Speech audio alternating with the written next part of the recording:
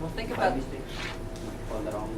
Yeah, you could call the wrong, even though you're expecting, someone could send a well-crafted, it's actually how we figure out some of the vulnerabilities here. We could send a well-crafted message that essentially has, we're playing with the arguments to find out, we do it a lot with SQL, where we'll see if we can keep sending your application a message, will you eventually, what will you do, it's actually what a SQL injection is. It's that, what will you do if I give you the parameter a little bit different, or I give you the parameter a little bit too long, or I give you multiple parameters. And if you're poorly written, guess what SQL may do? Actually execute the code after that.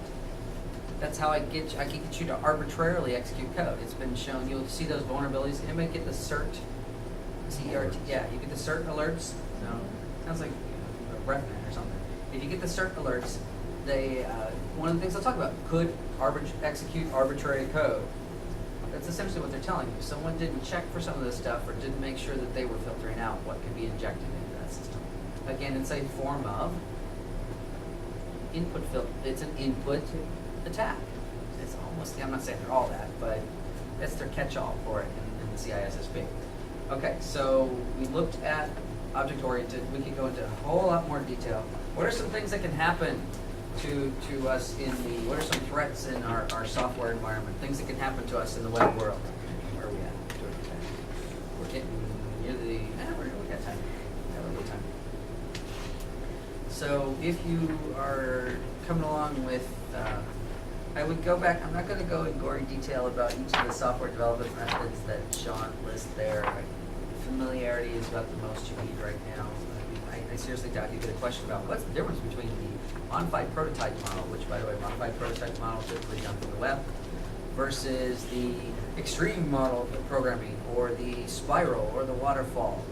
What she's really wanting to get here is, like I said, it's really kind of it's a spectrum. Waterfall being one end, extreme, and I can add. She doesn't have agile here. I'd add agile, and then one bump above that is the other end.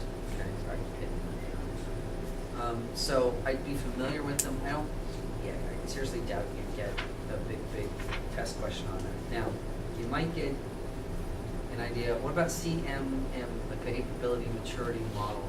He mentions it here, doesn't he? Where is it? We'll come back to the attacks in a second. We'll kind of end up with the attacks. We'll go backwards and go through that. We'll talk about all kinds of fun attacks. I thought he did. Went off. There he goes. Yeah, see, he does it just a different order. So 103 was all the software development lifecycle stuff for Peter's book. Okay. And 955 in Sean's book. Yeah. Oh, Peter does make a good point, since we're still talking software development here. See, well here, he even talks about what I just said. On 106 for Peter, he says, use safe libraries. That's what dynamic linked library, what did I just say? There we go. On 107, it talks about this idea of protecting the software development lifecycle itself. And actually, Sean will get into this too. She'll get in the idea of, we mentioned this already, this concept of change management. When you are editing the code, do you protect the code itself? Do you have like version control? Do you have, Subversion or GitHub or something like that to control this coming in and out? So the tools themselves, are you locked down using proprietary tools, and are those tools protected, or are you using open source tools, but still are you preventing other people accessing your area with those tools? It's often overlooked, the tools themselves. How many people can download Visual Studio? Everyone. So if they've got access to the machine, if your code's not behind some sort of wall somewhere, this goes as a duh, I think, an obvious, let's protect the code. But you'd be surprised how Symantec was guilty of this on occasion. We had a production and engineering network, and sometimes people would you're not supposed to bridge the two physically with the network, right? The two should meet. But people would actually accidentally, for example, they'd take their laptop, they'd work on the engineering network on the code, forget they wouldn't clear out any cache or anything like that on their system, and they were doing just making a quick edit or something like that. What do they really have when they've done that? Perforce was the system we use, which is Subversion. It's a version control system. It literally works by keeping a local tree and the remote tree, and it works by meshing the two, figuring out synchronizing the two. So what do you think they had on their laptop? Code, actual semantic endpoint protection code sitting here on the laptop, meaning they circumvented that bridging right there. And it's purely accidental because it's the way Perforce is supposed to work. What you're supposed to do is you're supposed to clear out and put it behind, it's a different login. So it's supposed to be behind that. So anyway, so Peter makes a good point about that there in protecting all that. But moving on, we were heading into our capability maturity models, which I thought he had in here. He does not. No. All right. You might want to be familiar with this idea. It's actually pretty easy. You can, anybody here work for an organization that's got CMI rating, got a CMM rating, sorry, a capability maturity model rating? Everybody pushes for this. You go and, so for depending, to get a contract, sometimes you'll need this thing. See, no one have this? Nobody here? All right, level 1 is this room. Basically, its process is unpredictable, it's poorly controlled, and it's reactive. All right, that's this room right now. There you go. Okay, you got a general idea of where we're going. So, level 2 is repeatable. Can you repeat your process? So level 2 is McDonald's. They can make you a burger again.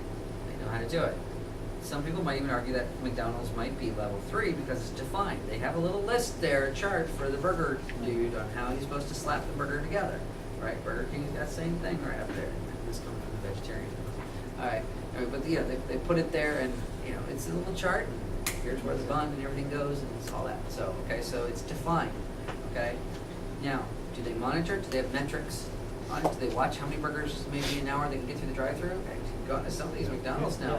They even have like little clocks now. Is that what they're doing? Wow. Okay. See, that's when we're getting to level 4. Now, it's an official thing. This does not apply to just one part. If you really want to get this rating, okay, this capability maturity model rating, it has to be your entire organization. That's the difference.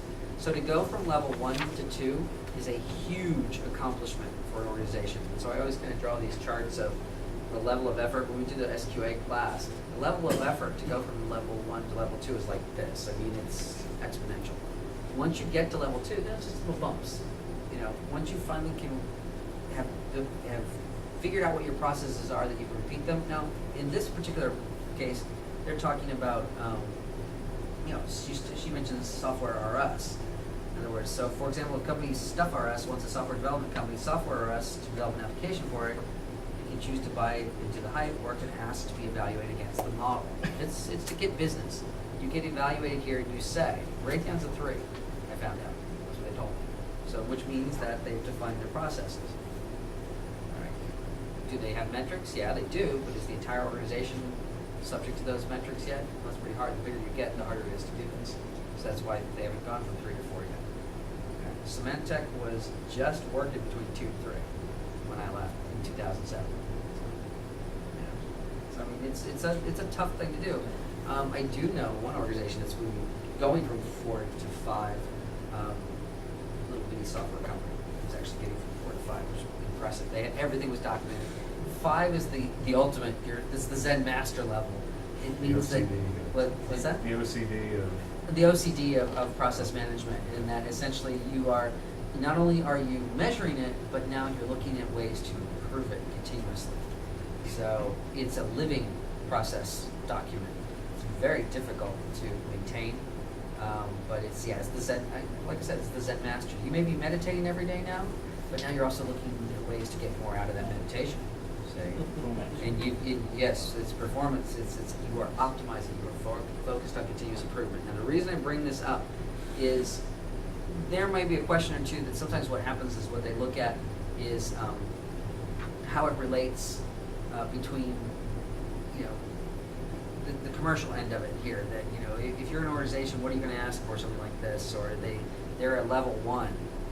Well, okay. Yeah, we may not want to be doing business with you right now. We'll come back when you've got a little bit more under your belt. So, okay, that kind of thing. But typically, so it's familiarity.